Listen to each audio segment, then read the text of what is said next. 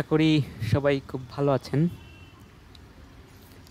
আজ আমরা কলকাতা নিয়ে বলবো। আমার কলকাতার ভ্রমণের সময় আমি মার্কুই স্ট্রিটের একটি বাসায় থেকেছিলাম।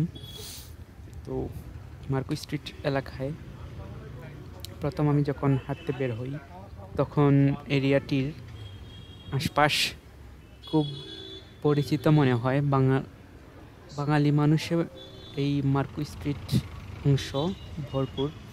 তো শুধু রাস্তাঘাটে কিছু ব্যতিক্রম লক্ষ্য করা যায়, যেমন ট্রামের জন্য এই যে রাস্তা দেখতে পাচ্ছেন, গাড়িও চলে আবার ট্রামও চলে। সবচেয়ে মজার বিষয় হলো, আমি যখন ইন্ডিয়াতেই ছিলাম, কলকাতা থেকে কাশ্মীরে যাওয়ার পর শুনতে পাই এখানে আর ট্রাম চলে না। কিন্তু পর্তুগাল, ইউরোপের মতো কয়েকটি শহরে এরকম ট্রামের রাস্তা আছে। আপনারা সাধারণত দেখতে পারবেন রেলের মতো মনে হয়, তো আসলে এটি রেলের রাস্তা না। এই যে ট্রাম, আমার অনেক ইচ্ছে ছিল আমি ট্রাম দেখব। খুবই পুরাতন ট্রাম, যেটি কলকাতার একটি ঐতিহ্যবাহী গাড়ি হিসেবে পরিচিত ছিল। হাঁটতে হাঁটতে স্টেট ব্যাংক অফ ইন্ডিয়ার একটি বুথও পেয়ে গেলাম। আমার টাকা তুলে নিলাম সেখান থেকে। আমি কার্ড ব্যবহার করে কলকাতার ভ্রমণটি শেষ করেছি। সাথে এক্সট্রা টাকা নিয়ে যাইনি, কার্ডই ছিল একমাত্র ভরসা, ডুয়াল কারেন্সি কার্ড। আর এই হলো আমার হোটেল, আমি যে হোটেলে কলকাতায় থেকেছি। তো আশপাশ দেখতে অনেক বেশি স্বাচ্ছন্দ্য লেগেছে, কারণ বাংলা ও বাঙালির মতো কলকাতার মানুষজন খুব আন্তরিক।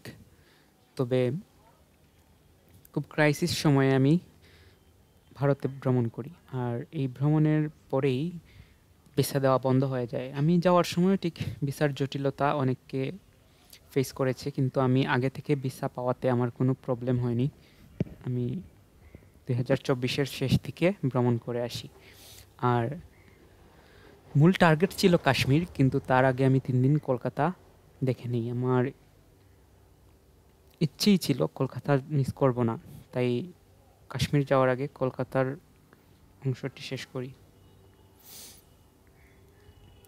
অনেক দামি হোটেলগুলো থাকা সত্ত্বেও আমি খুব বেশি খরচ করিনি, কারণ যেহেতু প্রথম ভ্রমণ আর আমি জানি না কতটুকু বাজেটে আমি শেষ করতে পারবো।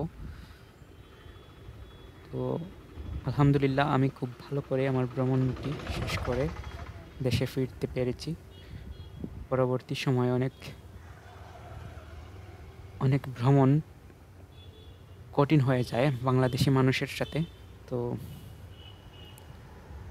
যদি আবারও ঠিকঠাক সুযোগ হয়, খুব লম্বা সময়ের জন্য কলকাতা ভ্রমণ করব ইনশাল্লাহ। আর ভালো থাকবেন, সুস্থ থাকবেন, সবাই নিরাপদ থাকবেন।